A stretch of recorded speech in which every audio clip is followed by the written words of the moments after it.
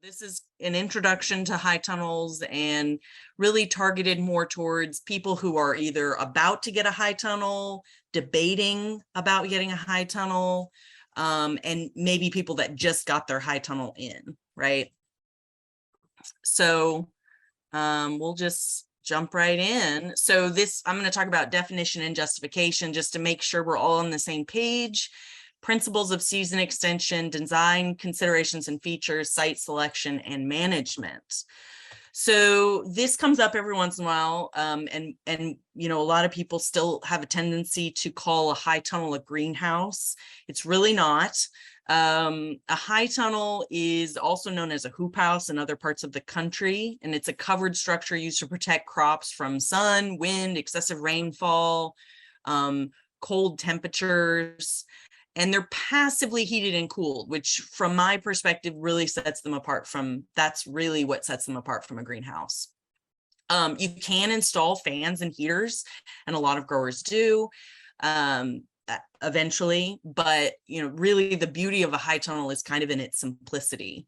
And also crops are usually grown in the native soil that, you know, the tunnel was built on top of, right? And so those are kind of the distinctions between a greenhouse. Usually when someone says I'm growing in a greenhouse, I'm thinking controlled environment, right? And so with that in mind, I really want to discuss, just kind of tease apart, high tunnels allow for increased management of crop production. I should say production, but there's really limited control, right? And so a lot of times those two words are used kind of to mean the same thing, but from my perspective, we can manage things, but we don't really have complete control. So a high tunnel really allows for a grower's actions to have more influence over crop production, but there are very few factors that can be completely controlled. And I'll go into more detail on this throughout the presentation, but I do want to just give you an example. So we have influence over we have some influence and some ability to manage the temperature in a high tunnel, right? But at some point, it's just going to be really hot or really cold, right? And so you can influence how that affects your crops, but you can't completely control it.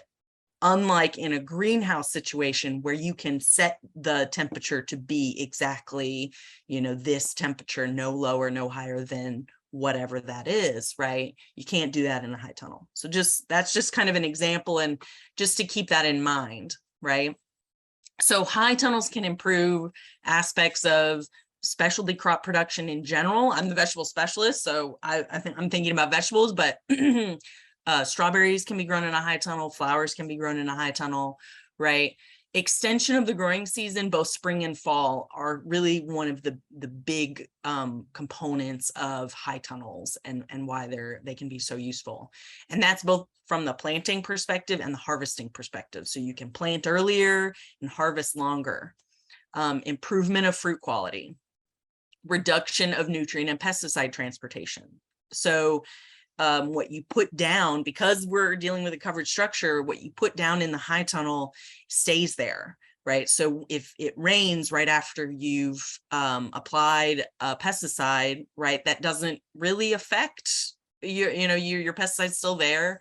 If you fertilized, right, it's less likely to leach. And so those components also have, it's kind of a double-edged sword. So you do need to be more careful about what you put down, because Mother Nature, precipitation, those kind of things are not going to buffer those kind of applications. You also get protection for plants from severe weather, right? Severe rain, severe wind, cold, right? Management of the amount of water crops receive. That is something that, you get to pretty much, that's like the one thing you really do get to control is the water. Assuming that you've put your tunnel in an appropriate location, and we'll go into that. And then also increase production in a relatively small space. So tunnels allow you to grow up. That added heat also can, allow for increased production. And so I want to reiterate, I put high tunnels can improve aspects of production. I didn't say they will improve, right? So a lot of it is, about management, about people being on their game as far as, anticipating the needs of the crops and the weather and lots of other factors. So principles of season extension, right? So the high tunnel is one of these, key components of season extension. It's really any method or technique that allows a crop to grow outside of its normal growing season, right? So for example, we can still have tomatoes in November in Kentucky, thanks to season extensions, thanks to high tunnels, right? Whereas in the open field, you probably wouldn't be able to get away with that here in Kentucky.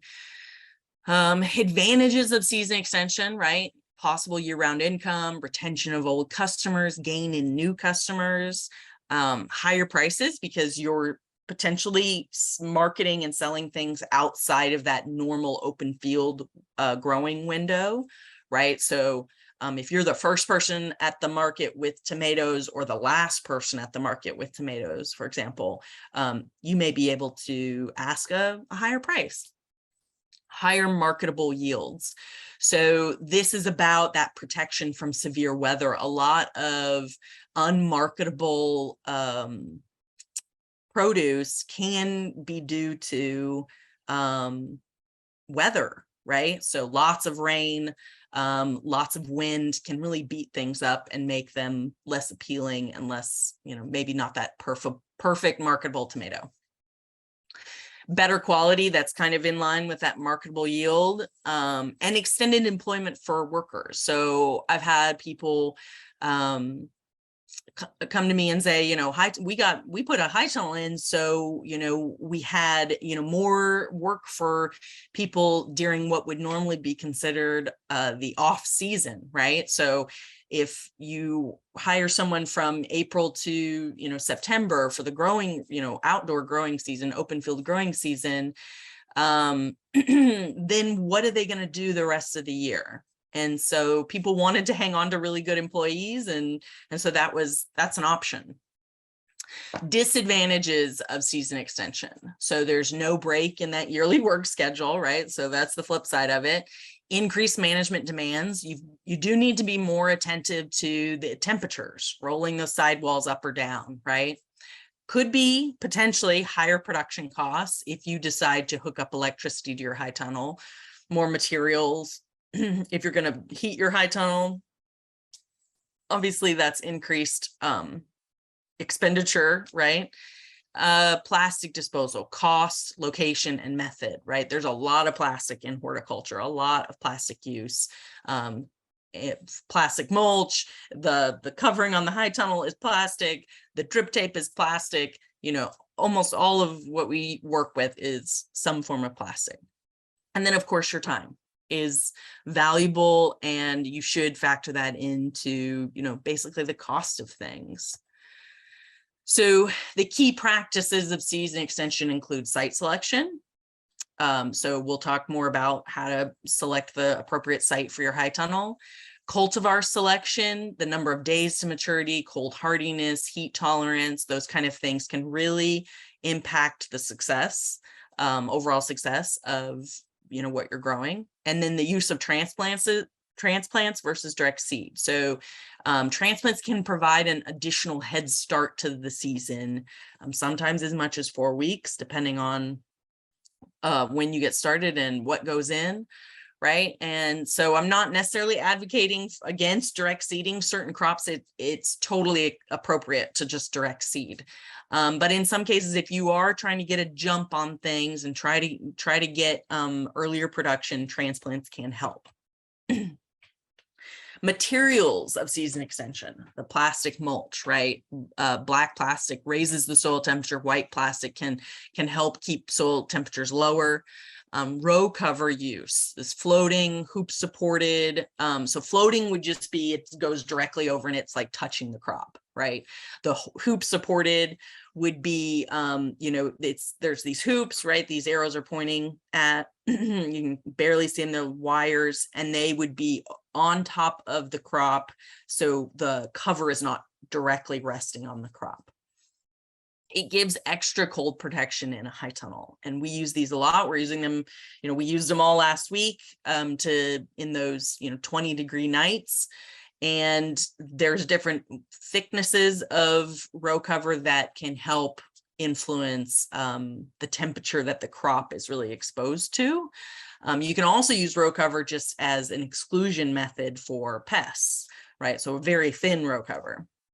Shade cloth exists in various percentages of, densities, right? So usually I would say, 30% is the maximum that you would want. So you'd get about 30% of the light would be excluded if you pulled it over your high tunnel, right? And so that can help control or manage, I should say, the temperature inside a high tunnel in the summer. So site selection, right? Location. So really picking out a spot on your farm that you become familiar with it, become familiar with the drainage and what, if it's in a low spot, how cold does it get? What direction does the wind come from, right? And that will influence your tunnel orientation. So wind and sun will influence how you orient your tunnel, which direction it's facing.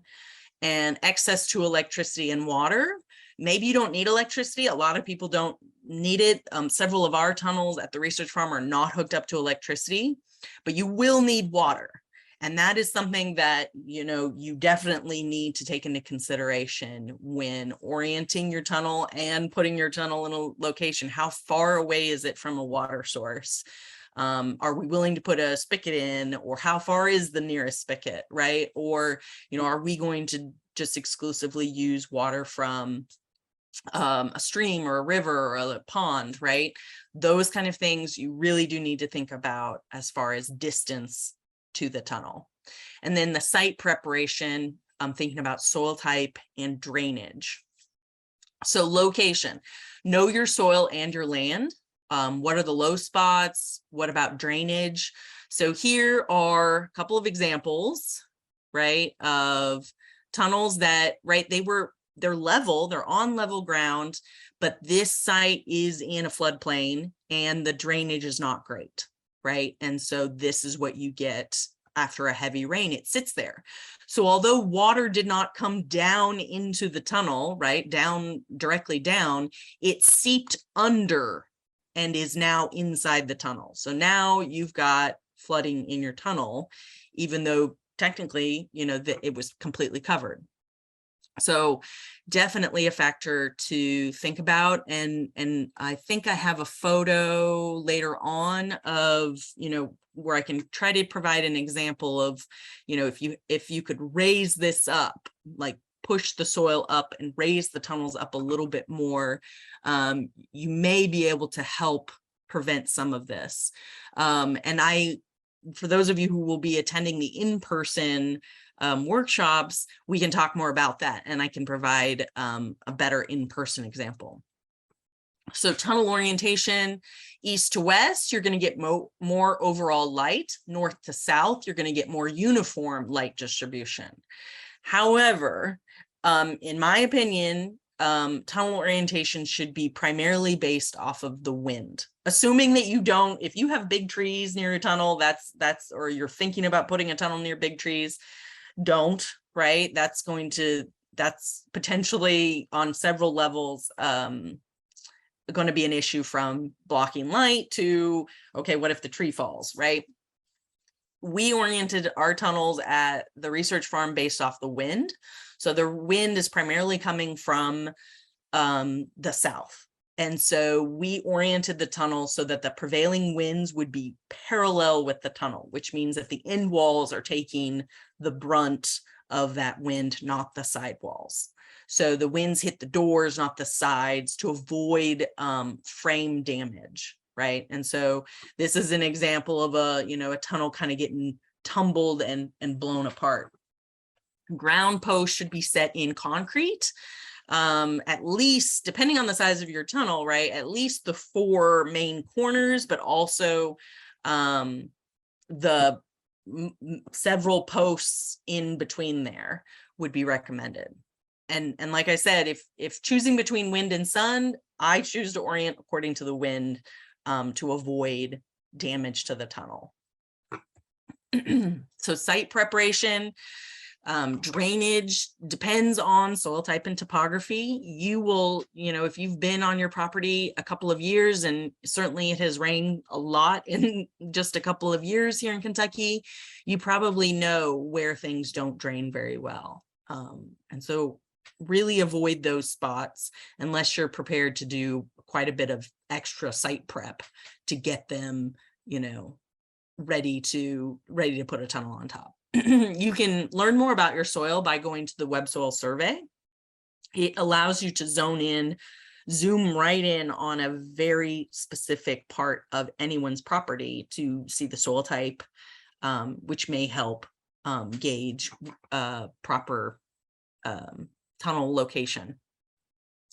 Soil preparation, you're going to grade and deep till before construction begins. So the frame will go on top of whatever has been done. Ideally, that would happen. You want to make sure that things are level, right? Before you start building the frame. And also I would recommend, I've had this has come up a few times of, don't remove your topsoil. Your topsoil is, that's the good stuff. A lot of people basically remove the topsoil while they're grading it and dispose of it. And then, they're on rock, right? Or less than ideal soil. And so it's more about moving the soil around to make things level, not actually removing topsoil. Design considerations. So there's dimensions of the high tunnel, the bow spacing, the structure material, the single versus double layer plastic, ventilation components, irrigation system, and your budget, right? So thinking about all of these things are really important. Even if you've already got a high tunnel in place, maybe some of these things I'm sure are still, changeable. And it's not the end of the world if you didn't do one or the other. You can probably make adjustments. So you can see here in this photo, there's a spigot inside this high tunnel. That's also how we have it. So two of our big high tunnels have spigots inside of them. So there's water access right there. And then we use that spigot. The smaller high tunnels are nearby, and we run irrigation to those tunnels from these two spigots. So dimensions, right? Tunnels come in all types of sizes. Think about what you want to grow and how much to help determine what size you want, right? Maybe you don't need the biggest side tunnel out there, right? Maybe you just need a 12 by 40, right? That's a decent sized tunnel. You can grow a lot in even that size of tunnel.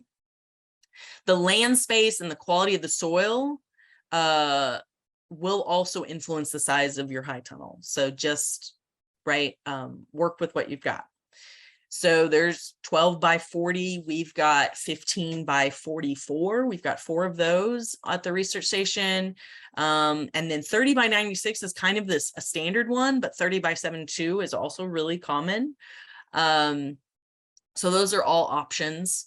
You may see some of these different structure options, Quonset, this multi-bay, but really and truly for Kentucky, the Gothic is what we recommend. So you have kind of a pointed roof, and that is to help shed rain and snow easier, right? We do still get quite a bit of snow. And so this is the standard. And this is pretty much the only thing I would recommend. With multi-bay, this would be okay for, and here it looks like there's, for like raspberry or blackberry production. These are potentially appropriate, but these will also collapse under heavy snow. And I have seen that happen. So this these very rounded structures just do not shed that snow as easily, right? Bow spacing, it can be anywhere from 3 to 6 feet. between bows, but really and truly, and this is a bow, right? It goes all the way over. 4 feet is recommended. So that if they're wider apart, so basically each bow, this is what we're talking about, from this bow to this bow is 4 feet. And the reason for that is, again, to provide more stability to the structure. And so if you do get snow in the winter, if your bows are really far apart, they can weigh on the plastic and it will sag and potentially cause collapse of the high tunnel. The closer bow spacing helps prevent the plastic cover from sagging under the weight of the snow. End walls, thinking about accommodating equipment, right? What are you going to be working with in the tunnel? If it's just hand tools, well, then you don't need necessarily a huge end wall door. But what about ventilation? So we open the end walls during the summer are open pretty much, 24 hours a day, except with potentially high winds. And so that really can help cool things down, right? If you can open the tunnel. So thinking about that and the height, so the purlins, right? So thinking about this cross, sometimes this purlin here, this can be really low depending on how the tunnel's constructed. And that can also prevent, even though the door may be plenty big, it may be really hard to get in and move around if these are, because there's multiple ones of these in a tunnel. You could, some of them are so low you almost hit your head, or if you were sitting on a piece of equipment, you would, definitely not be able to get in there with it. So thinking about that is really important. And I will talk about ridge vents. So I see a question about ridge vents. So yes, this is a ridge vent, and we'll be talking a little bit more about that. But yes, that's what a ridge vent is. So it can open here at the top and it can close. It can, in this particular high tunnel, we can automate that. So yes. And it basically, a ridge vent is to help release heat. That is the main component, right? So heat rises, and this will, I like it in the winter, if you just wanted to release a little bit of heat and humidity, right? It can get pretty warm in a high tunnel in the winter. And I like it for those purposes, or in the summer when it's really, really hot. This may give a little bit of extra relief. Side walls, also known as side curtains. So this high tunnel, right, has some drop down curtains you can kind of see there. But these are roll up, I should say. These are drop down. So 4 to 8 feet heights are what you'll see, the range. So basically, and what I mean by that is how high up will the curtain go? The higher the better, in my personal opinion. The higher the curtain can be rolled up, the better the ventilation. And it really does make a difference. So I would say if you can get, and it's really about how tall these bows are, right? And these posts that are here. So talk to if you haven't built anything yet, talk to your builder about what you want, what you're looking for. And hopefully they will work with you on that. They should.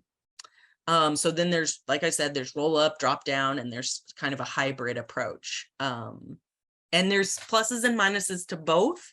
And so I think that's one component that it may be better for us to talk in person at the on-farm training, so you can get a better idea of what could potentially work for you. So the different covering material, there are different covering materials, but the most common is the 6 mil polyethylene plastic. So we talk about 6 mil. So 1 mil is 0.001 inch thick. 6 mil is 0.006 inch thick, right? So the 6 mil poly usually needs to be replaced every 4 to 5 years. I have seen people stretch it much longer than that. And in the case of this photo, this plastic was only about 2 years old before it needed to be replaced. And the reason for that was that it was put on as the legend goes, it went on at like maybe the coldest day of the year. Maybe this was a little bit of an exaggeration from this person, but it went on the coldest day of the year. So the plastic it was so cold, the plastic really wouldn't stretch, right? So they pulled it as tight as they thought they could get it, right? And then they put the wiggle wire in right here. But then when it heats up, right, when spring comes, summer comes, the plastic is actually kind of loose because it just didn't stretch on a cold day. And so definitely recommend covering the plastic covering the tunnel in warm weather so you can really stretch that plastic as much as you can. Otherwise, it'll be loose and saggy. And then when the wind blows, it'll beat against the bows and it will rip into shreds like it did for us. So yes, highly recommend. I would say don't put the plastic on in weather that's below 50 for sure. And ideally it would be warmer. 1 versus 2 layers. This comes up a lot. Using 2 layers of poly can add a little bit of extra layer of protection, especially we're talking specifically frost and cold protection. If you don't plan on using your high tunnel during December, January, February, you may not need 2 layers, really. 1 layer gives you about 4 degrees of Fahrenheit protection. 2 layers gives you about 7 degrees. If you decide to go the 2-layer route, if you're saying I'm going all in, I'm going to produce year round, then yes, 2 layers would be great. But you do need an inflation fan here to blow air between the layers, right? So it blows the 2 layers apart. So there's that insulation there. And so is there electricity for your tunnel, right? That's a question you've got to ask. You cannot have 2 layers, or you should not have 2 layers without having a fan there. And in that case, you will need electricity.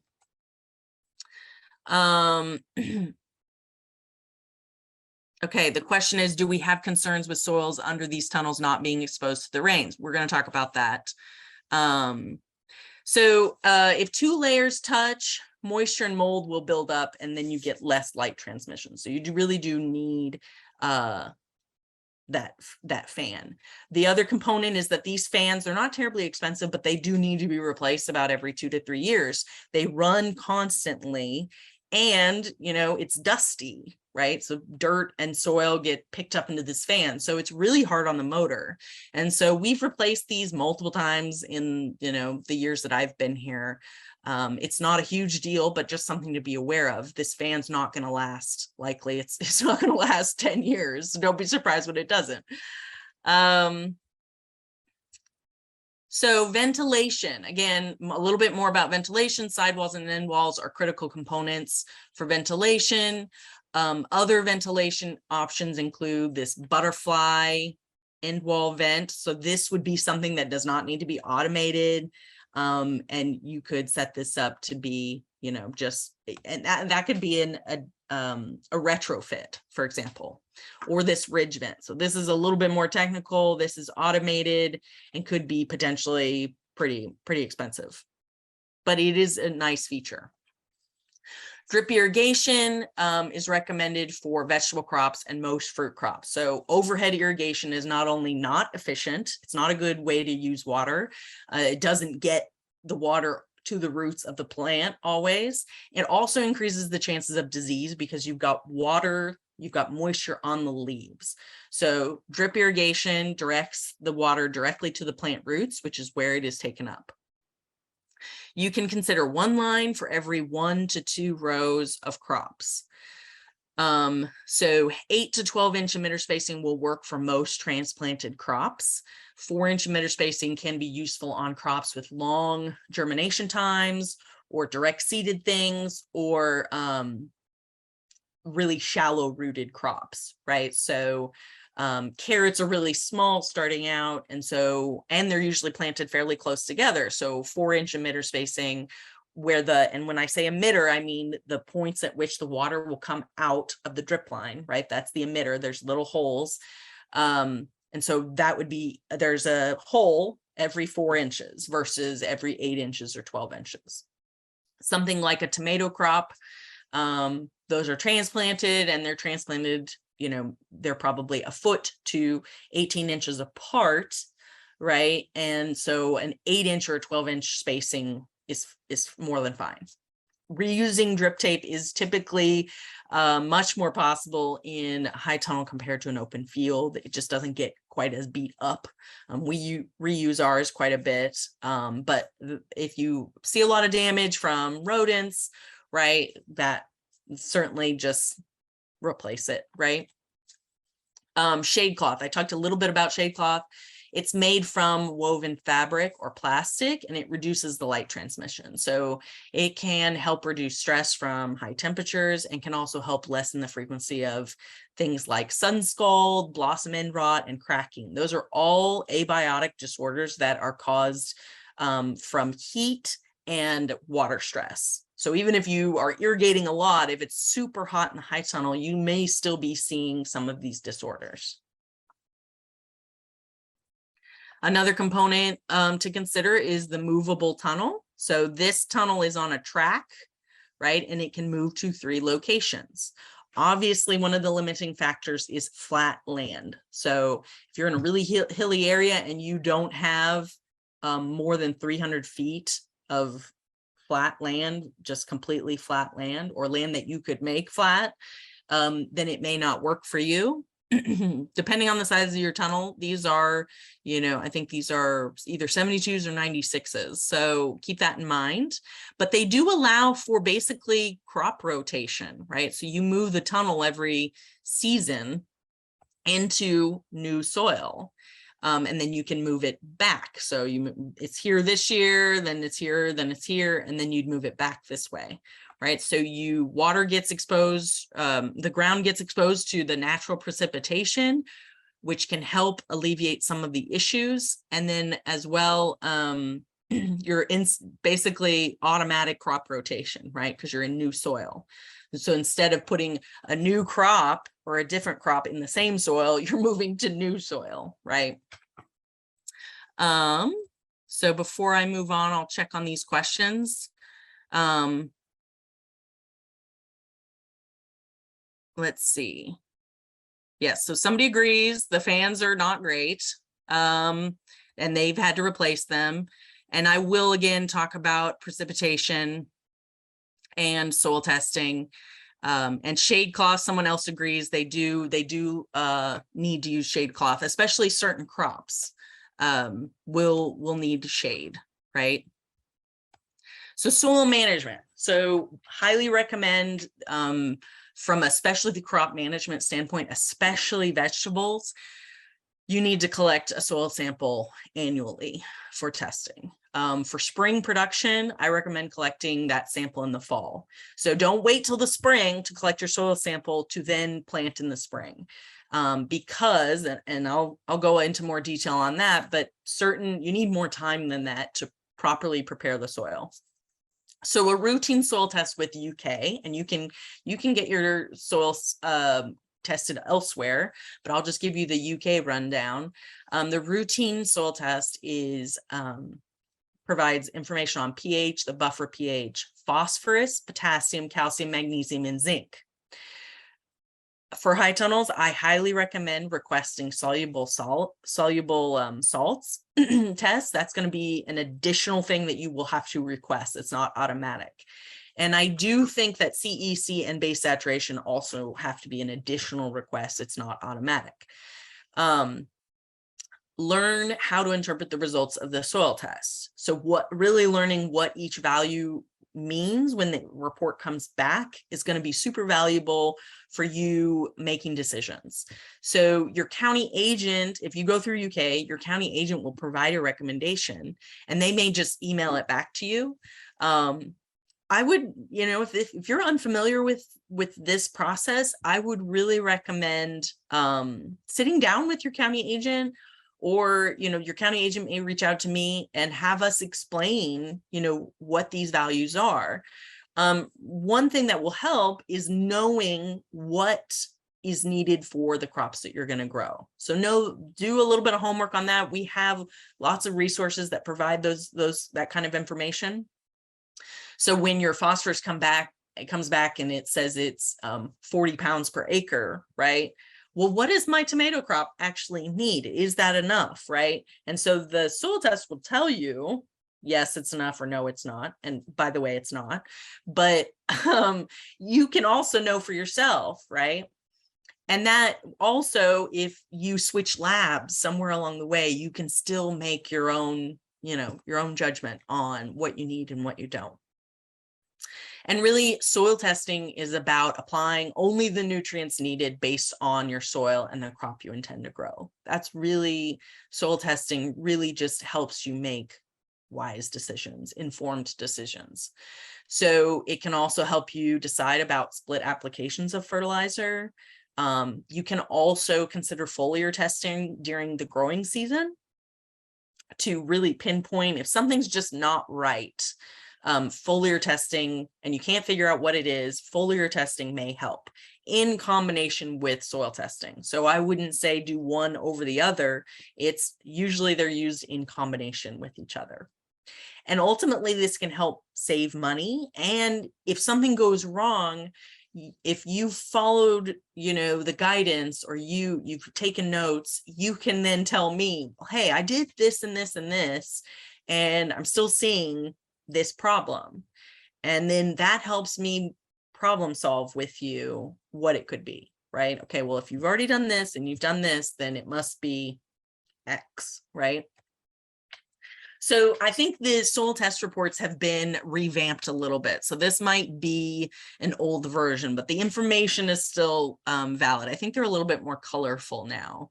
But so for example, phosphorus is 277. The soil test indicates that this is very high, right? And so really recommended phosphorus for tomatoes, right? The crop, you need to make sure you enter what crop you intend to grow, right? So that the soil test will tell you whether you're above or below.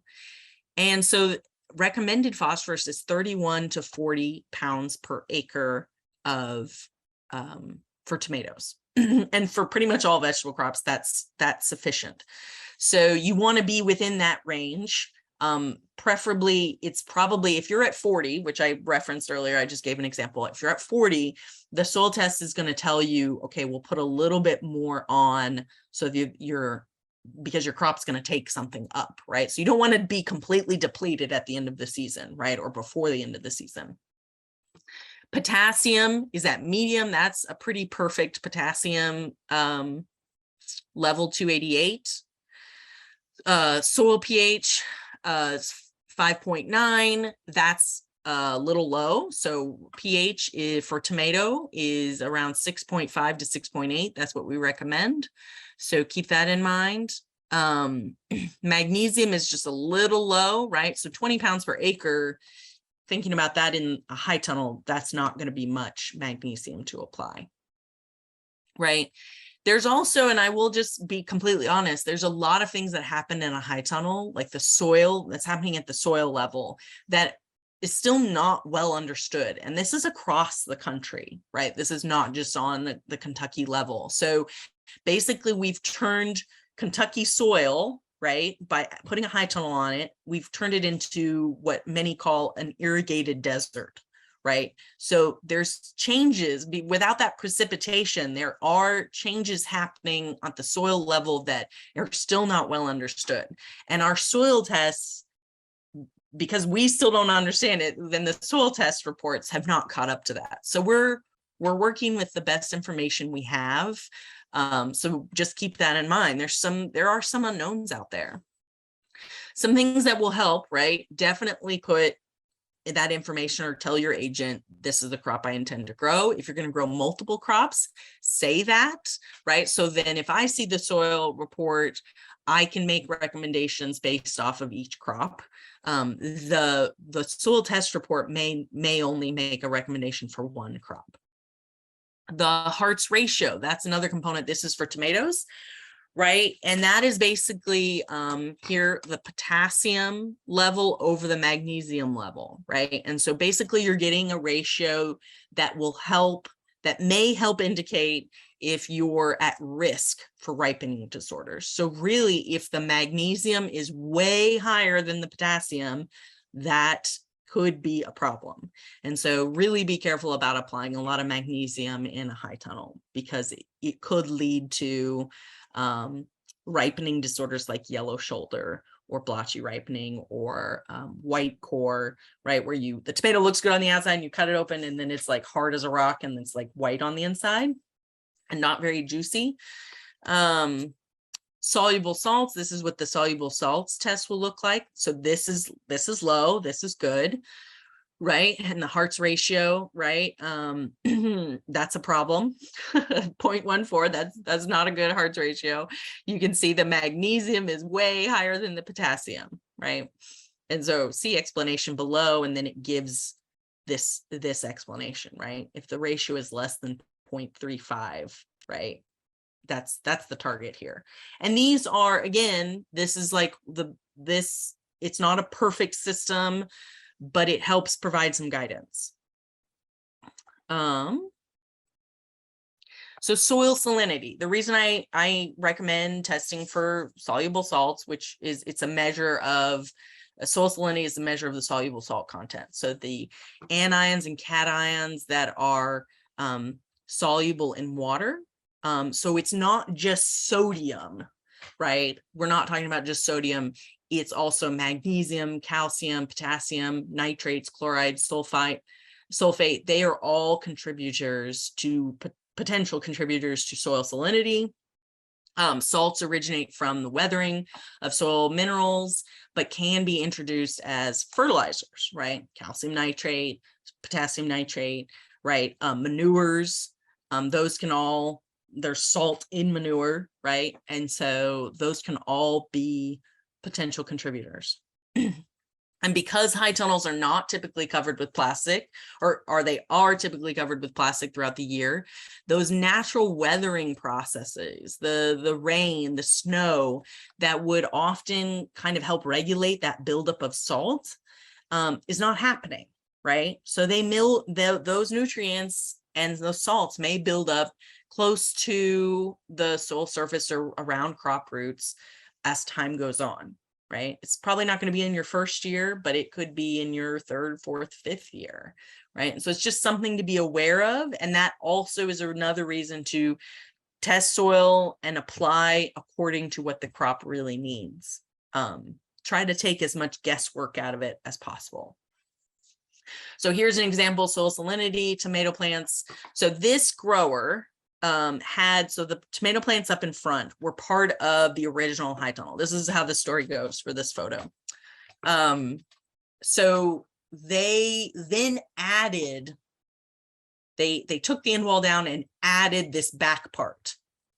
So these plants were grown at the same time. They were planted at the same time. Here we've got serious stunting.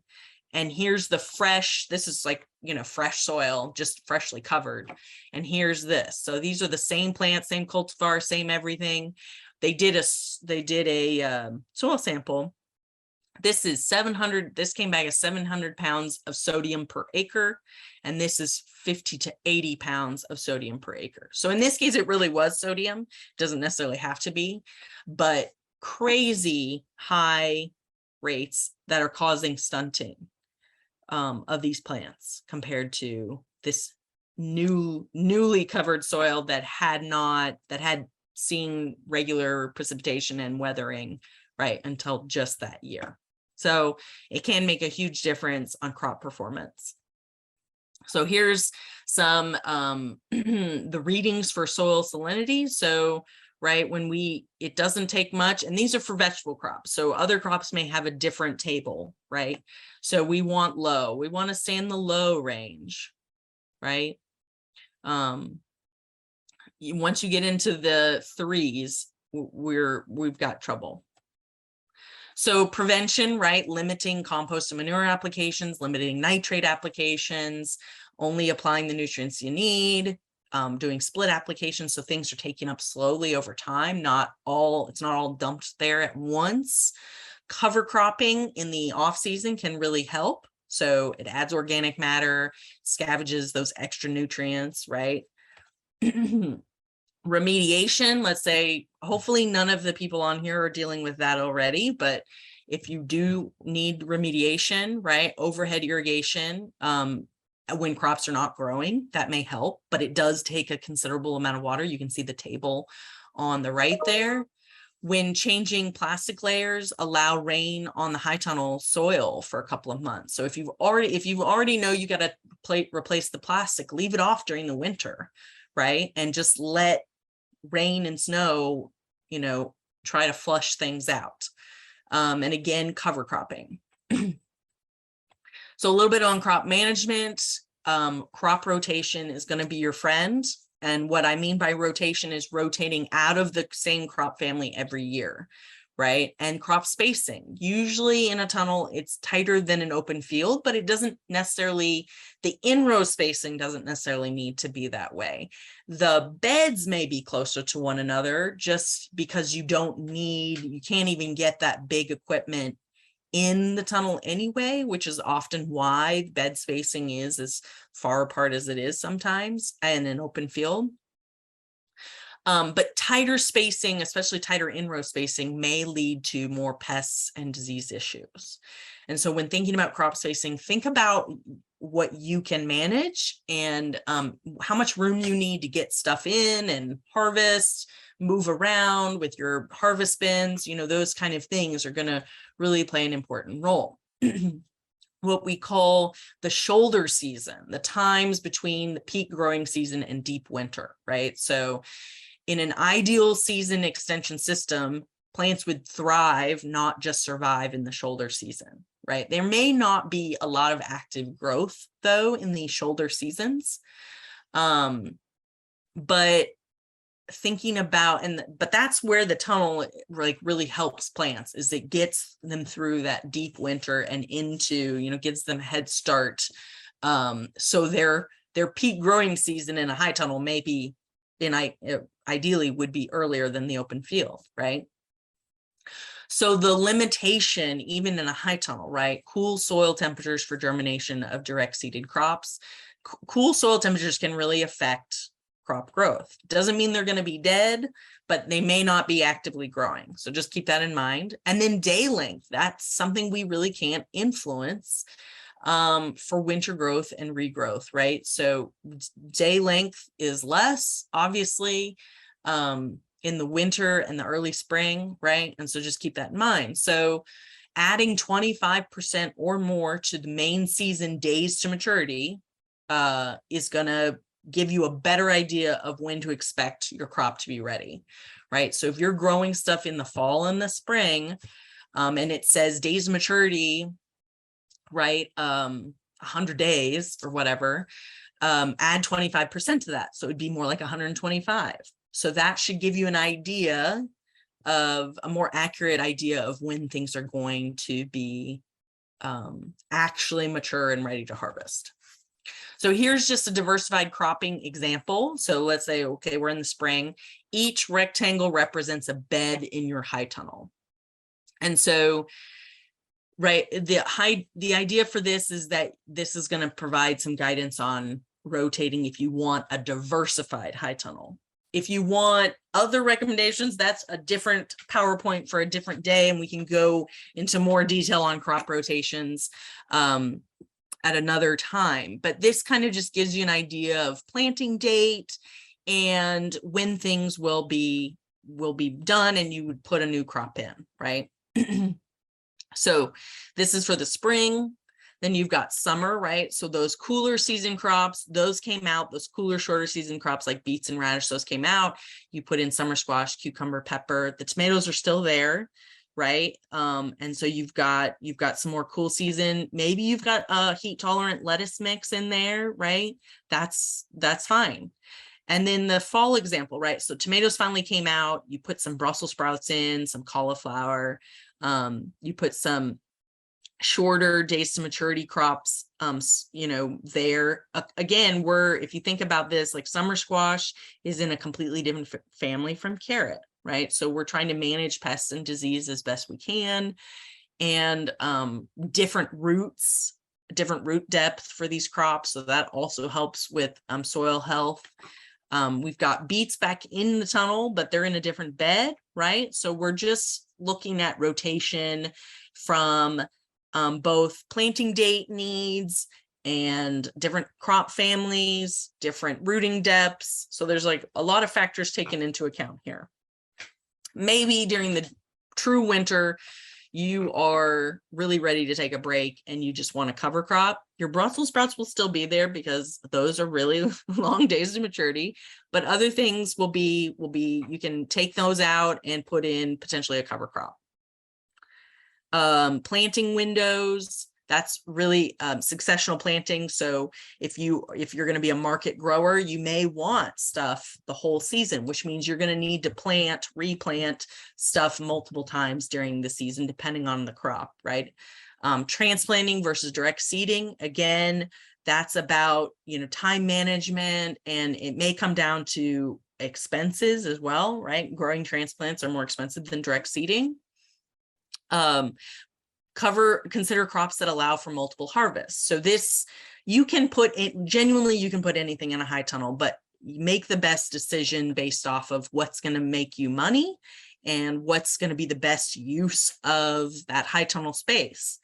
Cabbage, for example, does great in the open field. So maybe there's not really a reason to put cabbage in a high tunnel if it does just fine outside, right? But tomato, we're protecting that delicate fruit, and it does really well in a high tunnel. Here is a high tunnel planting calendar we've created. There's one for each region. So we will have these at the training sessions, region 1, 2, and 3, right? So this one's 2. So this is Central Kentucky, and it gives very conservative estimates of direct seeding, transplanting, and harvest for crops grown in a high tunnel. Temperature management, diversified high tunnels really can be challenging to manage at those transition times, the spring and the fall.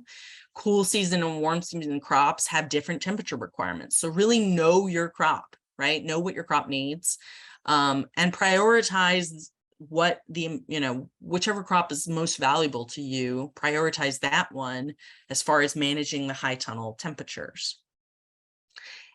So especially if you're selling, right, that would be the prioritization there.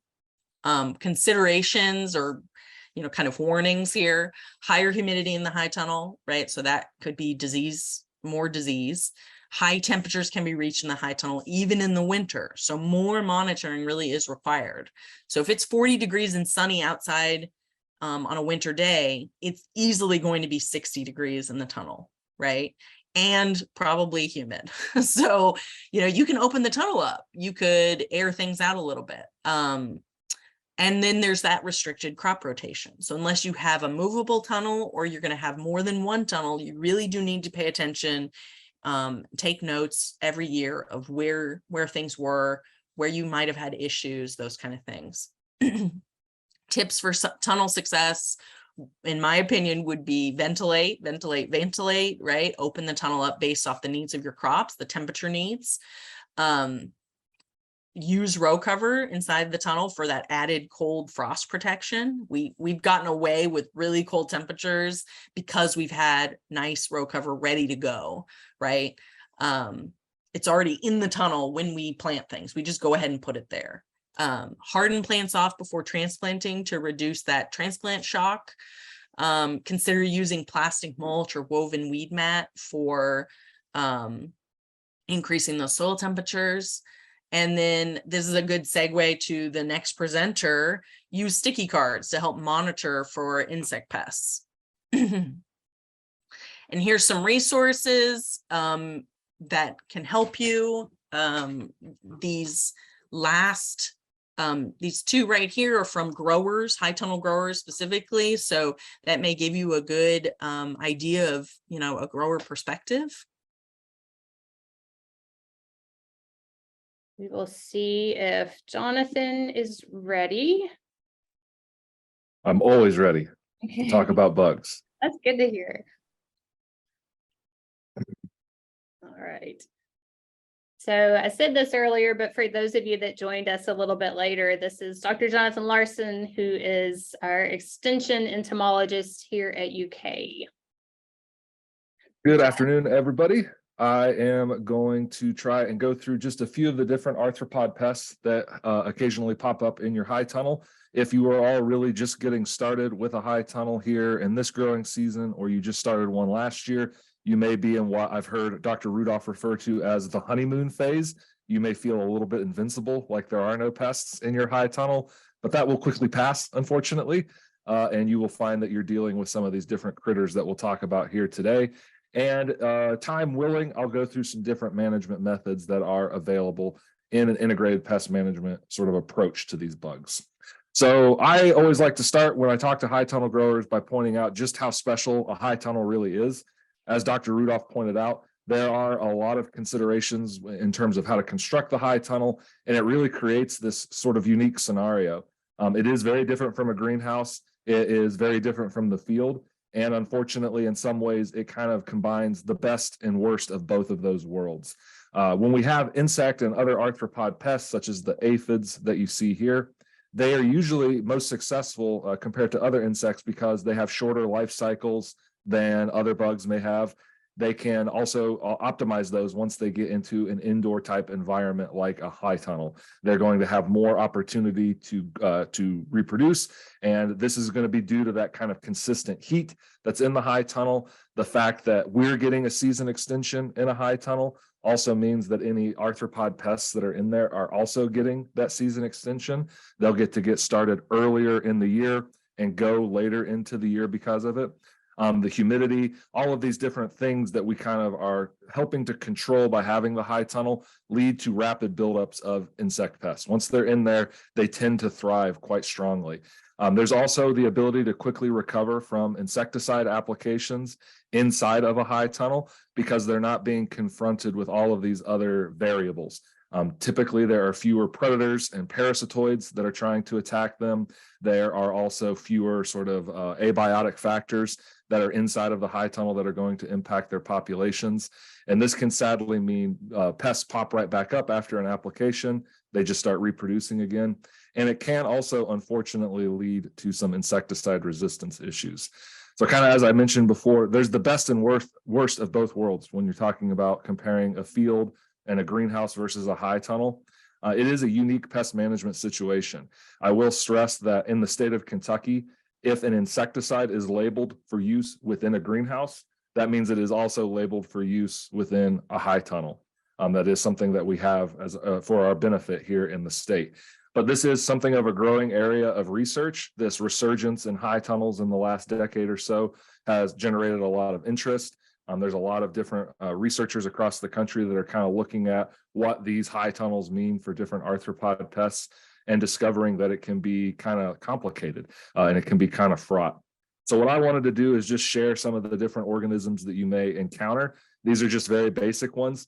These are ones that almost everybody ends up dealing with. And so I wanted to start with spider mites because I know that we deal with those frequently when Dr. Rudolph and I are collaborating. She has high tunnels that we have insect collections in, and we send undergrads in to get specimens, and we often see damage from spider mites. Spider mites are a complex group themselves. There's over 300 species of plants that they feed on. They can complete their development within 8 days. So you can have dozens of generations in a growing season if you're not careful. And each individual female can lay over 100 eggs. When we're talking about spider mites, the most frequently encountered spider mite is the two-spotted spider mite, which you see here on the screen. Entomologists are pretty boring when we name things, so it's a spider mite with two spots. Bada bing, bada boom, you got a good name for it, I think. When they're laying their eggs, they put out about 100 eggs per female. You can find these most often under the leaves or around the buds. They prefer those kind of tender areas. It allows them to feed more easily. When we're talking about spider mite damage, we would be talking about symptoms left behind, such as this sort of pixelation to the leaf that you see here. This is called stippling. Spider mites are a type of arachnid. That means that they have fangs that they feed with, essentially. And with their fangs, they're sucking out juices from the individual leaf cells.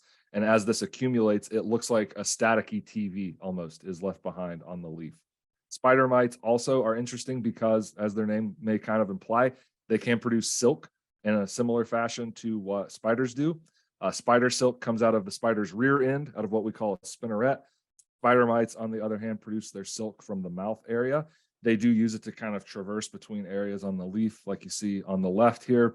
But if you see this pixelation, if you see the leaves looking kind of yellow and stressed, and you start to notice odd amounts of this webbing, and you don't find an obvious spider, you may be dealing with a spider mite problem. You can monitor for these and look for these by using a method called the beat sheet method. The beat sheet method is where you get a piece of paper and you simply tap the foliage of concern over the blank piece of paper. If there are mites there, they'll fall on the paper. You'll want to get some damaged looking leaves and some nearby undamaged leaves, and you kind of shake them like this over the leaf, and they'll start crawling around on the paper. They're pretty easy to see. It looks like punctuation marks have come to life. I'll talk more about this in a little bit, but there are also trap plants that you can put into a high tunnel. These can be in pots or they could be in the soil itself. Beans are a particularly good trap plant or indicator plant for spider mite problems. They will get the pest first and tell you that the pests are present and allow you to decide if you want to try and pre-treat the tunnel or if you just want to try and manage them on that bean plant in order to try and cut them down before they start spreading to the other plants. It's a good way of monitoring for these particular problems. Some other pests that pop up almost in every high tunnel would be the fungus gnats. These are very big problem in containers. They like protected areas. And after we start irrigating inside of the high tunnel, if you're putting a lot of water in, as the soil moisture gets higher and higher, if it doesn't drain or if it doesn't get sort of burned off by the sun, since we're under the tunnel, you could have sort of a damp area down below. And that is where the maggots of these pests live and thrive. They feed on fungi in the soil. The maggots are the one that can be the problematic stage. They sometimes will nibble on the tender roots of seedlings or transplants that have been put in. The adults, you would notice them flying around inside of the high tunnel. These are sort of cool season pests, I would say. You're going to see them right now in the spring, as well as again in the fall. When it gets really, really hot in the tunnel in the summer, they tend to drop down a bit, but in the sort of cooler eras of the year, that's when we see these. They look a lot like a mosquito. They have those long spindly legs. They're a fly, so if you got them under a microscope or you took a close look at them, you would notice that they only have 2 wings. They have a bigger head than a mosquito, but I think it's the thing that they most resemble is kind of their cousin fly, the mosquito. They have a maggot stage like all other flies. And fungus gnats, they don't want to feed on the plant necessarily, but if it gets in their way or if there's not a lot else to eat, they will happily chew down on those tender roots, and it causes plant stunting. The maggots are a little different looking than other maggots you may be familiar with. If you've ever gotten maggots in your garbage can, they're usually big, puffy, and white. These ones are more of a kind of dull yellow color, kind of a creamy white color. They have a dark black head capsule as well. You can see on the side here. And they have this weird behavior where if they're ready to pupate, they often emerge in mass as maggots. This would happen at night, so you may not observe it, but sometimes they accidentally do it during the day. They come out in a group and they will march together in this sort of slimy mass, and it actually resembles a snake until you get up close to it. And this is a way of trying to protect themselves so they can go to somewhere else and pupate. And that sort of brown, puffy rice object that you see on the left, that is their pupal cell, pupal form. So they would come out of that as an adult. These insects, like I said, they're pretty common in the spring and fall. The other ones that we see most frequently in the tunnel would be the aphids. We get a lot of aphids, particularly on the sticky traps that Dr. Rudolph mentioned before. Some people call these plant lice in Kentucky, I've encountered. So I always throw that common name out as well.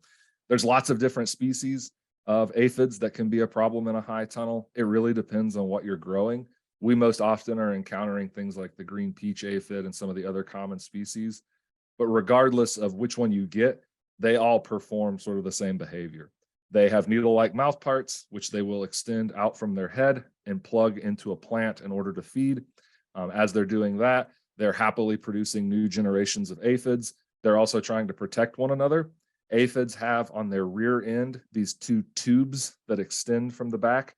They're called cornicles. They look kind of like the exhaust pipes on a hot rod car. They poke out and those produce a pheromone. If you agitate the aphid, they'll squirt this alarm pheromone out from that area. It causes all of the other aphids to cascade off of the plant, trying to escape whatever it is that's troubling them. The reason that aphids are a problem is not only because of their sap feeding abilities, but also because they can produce a lot of generations very quickly. Many people expect them to always be green, but you can see red aphids occasionally. If you've ever grown milkweed, you may have encountered the oleander aphid, which is kind of a bright yellow color. We also have giant bark aphids, if you're out in the landscape, which are kind of a black or a gray color.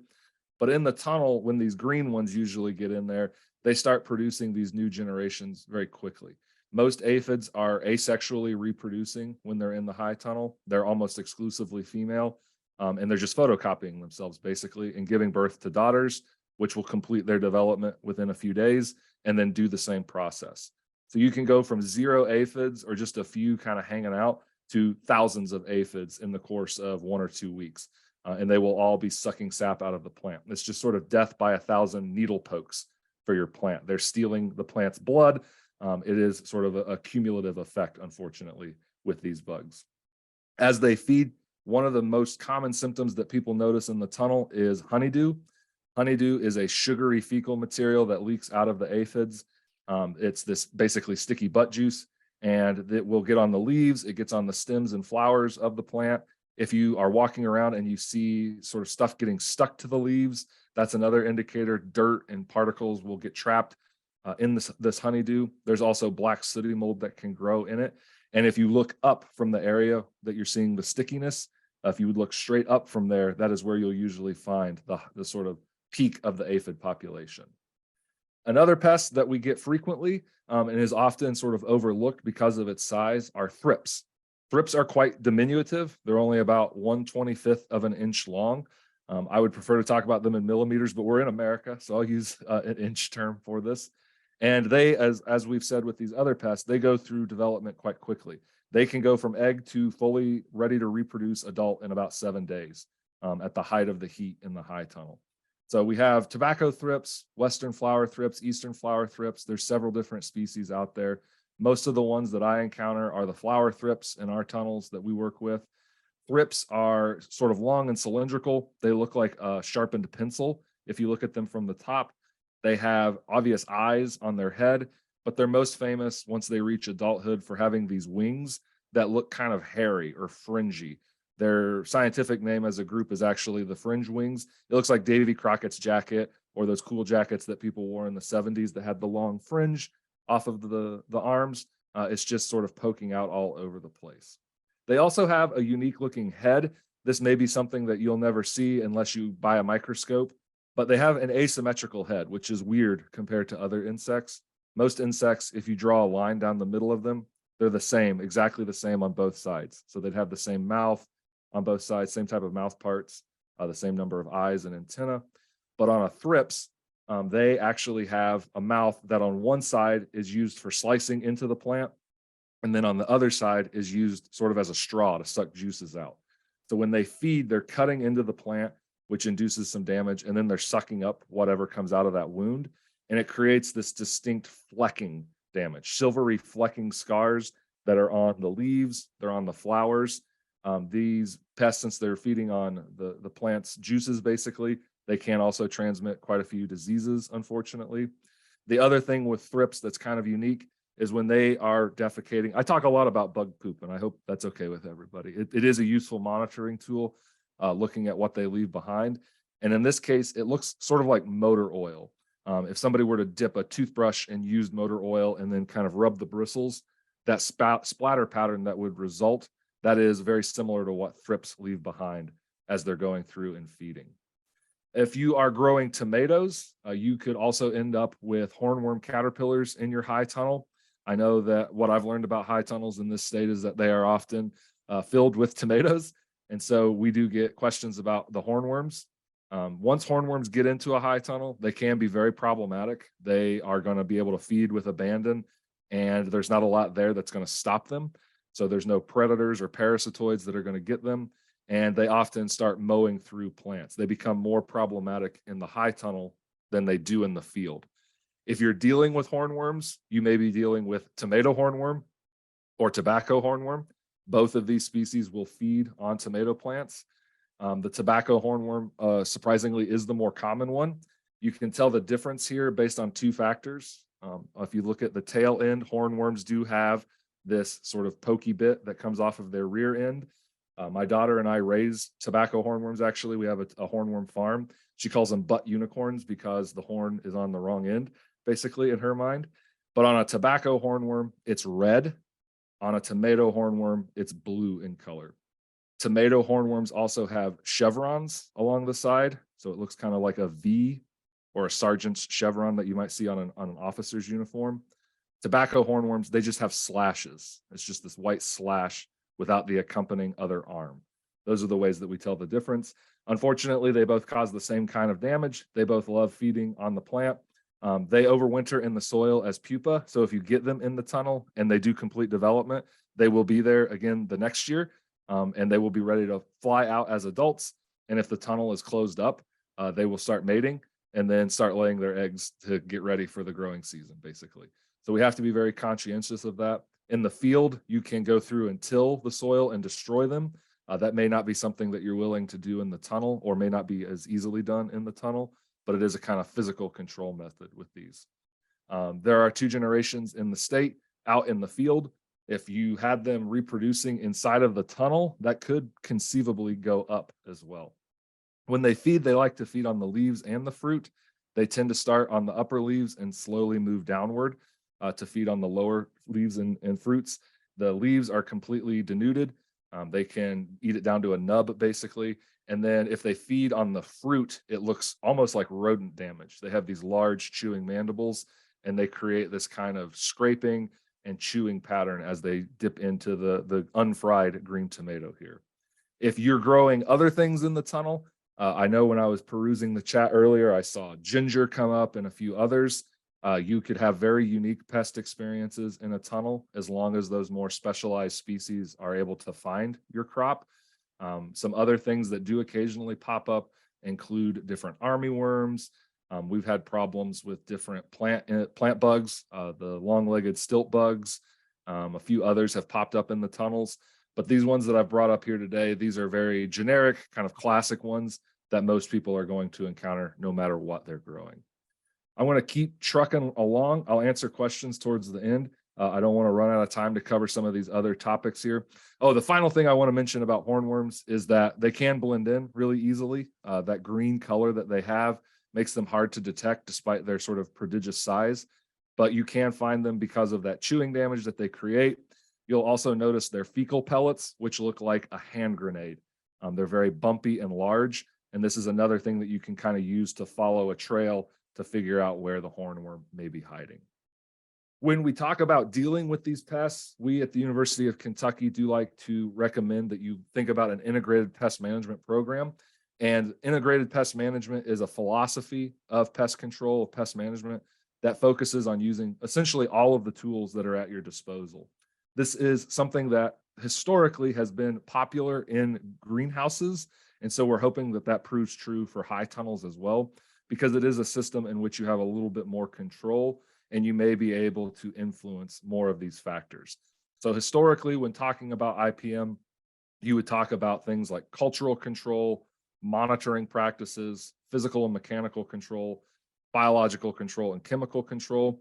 This is sort of built after the food pyramid that we used to see in schools, indicating that the chemical control should be the smallest component and perhaps the last resort when thinking about controlling your pest. This is, like I said, more historical.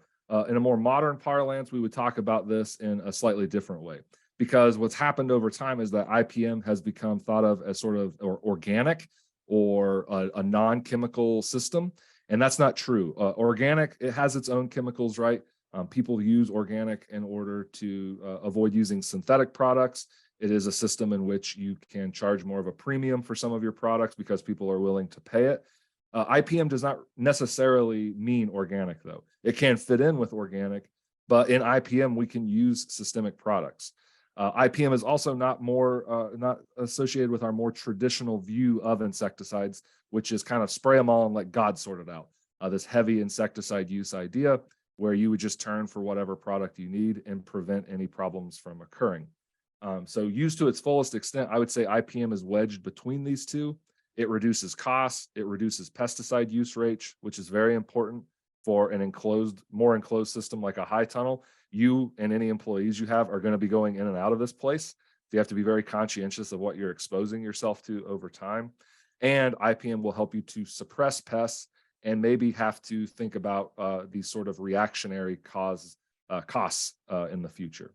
So I argue that it should be thought of more as a tool belt. You have to approach each problem, each growing season, and think about all the different things that may be at your disposal and the pests that you encounter. So you may be thinking of an insecticide that may be the very best tool that you have if you're going to save what you're growing. If you're on the ball a little bit more, you may be able to think about biological control. You may be able to think about physical exclusion through things like plant covering tents. You could even think about different products like neem oil and a few others. So it's something that usually takes a little more effort up front rather than waiting for the problem to occur and then just dealing with it as it sort of assaults you. You are going into each growing season thinking proactively and building a plan to ensure that pest populations are always at their lowest. One other way that we talk about this is called PAMS. PAMS stands for prevention, avoidance, monitoring, and suppression. I don't necessarily have enough time to go through each of these, but when we talk about prevention, it is simply the practice of keeping a pest population from infesting a site. This is the first line of defense. We'll talk about some prevention tips here in a moment. There's also avoidance. Avoidance admits that prevention is very difficult and that we need to avoid damage from the pest populations, but we can reduce the damage that may occur through the use of different cultural practices. We also have to talk about monitoring. Monitoring is making sure that those prevention and avoidance strategies are working, that pest populations are at their lowest level, that they are not rising to what we call the economic injury level or the economic injury threshold. We want to make sure that we don't reach these populations where the pests are actually causing problems. And so there's going to be a monitoring tool out there to help you know the level of pest pressure that you're dealing with. The last thing is suppression. Suppression is for when the prevention and avoidance strategies have failed. Your monitoring system is tripping you to say, okay, something as bad is happening. We're having an aphid outbreak despite these control attempts that we used before. So we need to do something. And in terms of suppression tactics, there are cultural methods, physical methods, and then biological and chemical control methods as well. You can see a link here at the top. It's from Michigan State University. It's just the PAMS approach PDF. You can Google this. You can take a screen grab while we're sitting here or a picture with your phone and then scan the picture with your phone's camera and it should take you to that site. But that's where I've gotten a lot of this information. They've published the best on this.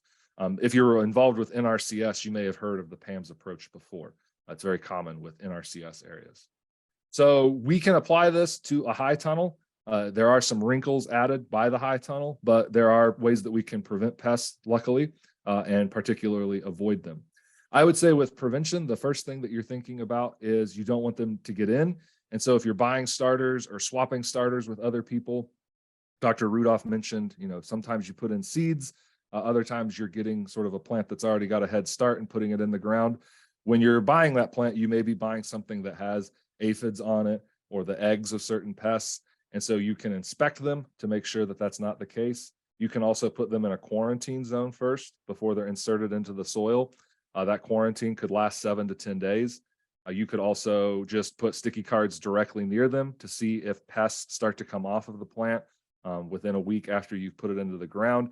Anything that you can do to just monitor it more directly so that you know that it isn't a Trojan horse bringing some of these problems in. You can alter things like your irrigation tactics to change the carrying capacity for certain pest types. If you change the schedule so that moisture is absorbed quicker, it doesn't linger, That changes the amount of water that's going to be available in the soil for things like the fungus gnats that we mentioned before. So if you have a high moisture content in the soil, those fungus gnats are going to thrive. We can change these cultural practices though and eliminate that. And then I would also say with prevention, we have to talk about sanitation. If you can get rid of overwintering habitat in the fall, don't leave plant material standing in the high tunnel. Don't leave it in piles of dead stuff sitting around in the high tunnel. All of that is harborage for pests to lay their eggs in, to overwinter in as adults or as pupa, and then to be present going into the next season to start hatching or emerging and get going in the high tunnel. So sanitize everything, get it down to the soil. Don't leave any plant debris behind. We don't have to worry about the pollinators that we might worry about in a field in this situation. You can simply remove all of that debris. This is also an interesting wrinkle, I think, is you could talk about prevention by thinking about the clothes that you wear. The thrips in particular are attracted to the colors blue, white, and yellow. So if your uniform or if your favorite colors include these and you're going in between your high tunnels, or if you're outside, you could recruit thrips actually to your clothing, and then you could go into the high tunnel and release them there. So it's kind of a weird thing to think about, like going and getting a green shirt or a red shirt instead, but it is something that actually helps to cut down on the recruitment of some of these unwanted guests. And then I would also argue that sanitation includes the removal of alternate hosts for pest populations. I've been in many tunnels that have weed problems. This one had annual bluegrass growing in it, and they were getting ready. I think this one, it was either a tobacco tunnel or it was a flower tunnel. I can't remember now, but they had all of these annual bluegrass that was growing in the tunnel right along the central path, and they kept having to spray for aphids. All of these young seedlings that they were growing were just getting hammered by aphids. They were spraying constantly and they weren't getting control. And it was because every time they sprayed the plants, after that insecticide dissipated within about a week or two, there were aphids that were hanging out on these weeds in the tunnel, and they just simply recolonized the plants. It was a little bank of pests that was able to recolonize. So if you can go through and hand pick these, destroy them with a weed whacker. I know we don't have herbicides available in the tunnel, but anything to get rid of all of these alternate hosts, anything that gets into the tunnel. These are green bridges that bring pests in from the outside. Even better is having a strip of sort of non-green area around the tunnel. So rocky or just down to the soil, weed whacked, anything to cut down on that green bridge. In terms of avoidance, we can do some different things to try and help to avoid the pests. It's a siren call, this high tunnel though, so they're going to come in. They're going to try and get established. We can avoid that through things like cultivar selection, finding plants that are advertised or have extension publications on them that say this cultivar, it has superior prevention of these pests. It'll avoid them by being resistant. We can also talk about crop rotation. I know that Dr. Rudolph mentioned this already, but there's the CCD-FS-23, which is about a tomato cut flower rotation. This idea of switching between different plants. If you just keep putting the same thing into the high tunnel, that's going to lead to the pests being able to survive there year after year after year. So you definitely want to think about switching between crops so that this doesn't occur to you. I want to try and finish up here with some tips on another tip on avoidance. It can also be temporal, meaning to avoid the pests on the calendar. The high tunnel itself does allow for earlier planting and going longer into the fall. This could mean that the plants are growing before or after the pests are around. I will go to the end here and talk a little bit about the monitoring that Dr. Rudolph mentioned specifically. I've already mentioned the beat sheet method, but we also can talk about passive sampling methods, things that are around even when you're not, and that is going to sort of focus on the yellow and blue sticky cards. Sticky cards are there even when you're not in the tunnel. They are collecting pests that are trying to get in or pests that are building their populations up. They do need to be looked at and they need to be collected. I've been in many a tunnel with a fossilized yellow sticky card that was presumably put up during the Clinton administration. And that's not doing anybody any good. You have to take them down on a weekly basis. At worst, I would say every other week basis. Weekly is better though. And you have to look at them and figure out what pests you're catching on there and then make decisions based on that. There are thresholds listed in various extension publications. But for a high tunnel, it may be as much as just saying, I see the pests on the sticky card. I know that they're invading. You should put them sort of spatially spread out. You can have one by each door, one in the center. Other people will separate their high tunnel into a grid.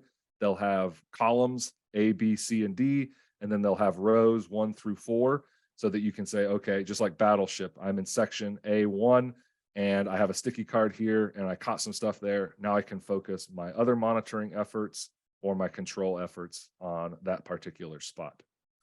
There are blue and yellow ones. Blue is better for thrips. Yellow is more of a catch-all. You'll get aphids, whiteflies, spider mites, and thrips on those sticky cards. So if you can only afford one, they do get a little pricey, especially towards the end of the season when different companies like Arbico or whatever supplier you're using may be running out. So the general recommendation is 1 to 2 traps for every 1,000 square feet of space. I think you could go a little higher than that, particularly in a high tunnel. The last bit of advice with sticky cards is to use a bamboo pole or a wire coming down from the ceiling so that you can ensure that the sticky card is always at plant height, at the top of the plant. You don't want it down in the plant as it grows up, and you don't want it suspended 3 feet in the air above the plants, because then it's not going to be catching anything. So definitely keep it sort of tracking with the plant. On the bamboo poles, we, in the research that we do together, Dr. Rudolph and I, we just glue clothespins together so that the bendy parts are stuck like this, so you can press on each side and still open them up. And then we put one on the pole and one on the sticky card, so we can easily move it up and down the bamboo pole as we go. I know I've gone over time. I apologize, Delia. Do you want me to wrap it up here? Yeah, I do think if anyone has any questions, I think there are a few questions in the chat box. And then if anyone else has questions, feel free to pop those in really fast. Okay, so we've got armyworms, thrips, both of those. Yeah, armyworms seem to pop up in the tunnels frequently. 2021 was a real bad armyworm year. BT is a good one if you can get it on the leaves early enough. If you're willing to go beyond organic things, pyrethroids like bifenthrin would be another one that you can use on them. I hope I covered the thrips question. Thrips are a severe problem. The best product to use against them is spinosad. I know it's an organic product, but it actually works really well against thrips. The size of the hornworm pupa, they are down in the soil, so they're not often seen. But if you did dig one up, they're 2.5 to 3 inches long. They're really big pupa, and they're known for this kind of flute-like proboscis thing that sticks off of the front of their face. Sanitation or mitigation methods sometimes require removal or replacement of high tunnel plastic. I don't know about the disease part, but I do know that sometimes the eggs and things can be hidden on the wood slats along the side. So sometimes you do need to go through there and maybe check if you keep getting pests, maybe they're hiding out in a spot like that, so you could scrub them out. But it's most often they're going to be down in the plant and soil material. They're going to want to be near that biotic stuff. Beneficials, if it's okay with Delia, unless she kicks me off of here, I did have some stuff on beneficials in here. We can use biological control to try and deal with the different pests that are out there. There's lots of companies that you can use. Rincon Vitova, I find to be very easy to deal with. There's a company in Louisville called Idlewild, which sells different beneficial organisms. Nature's Control, that's a really awesome logo, I would argue, so maybe they are a good choice. Coper is another one up in Michigan, Arbico. You will have to look at what your pest problem is. The reason I like Rincon is that their catalog is separated by pest problem. So you figure out what you're dealing with and click on it in their magazine, their digital magazine, and it will give you a list of recommendations and how much they cost. You get a more wholesale price the more that you purchase. There's lots of different things out there. So Phytoselimus persimilis here, this would be killing 2 spotted spider mites for you. The sort of advocate or the sort of pieces of advice I might give you if you're doing beneficials would be to buy smaller beneficials, so mites or immature forms. So instead of getting adult lady beetles, get immature lady beetles, larval ones. They're more likely to stay in the tunnel and then stick around and feed, and then maybe even as they mature, stick around and stay in the high tunnel. You can also try to put near the high tunnel some beneficial plants, things like Queen Anne's lace or other carrot family type things, plants that these organisms often feed on or use as secondary host sites.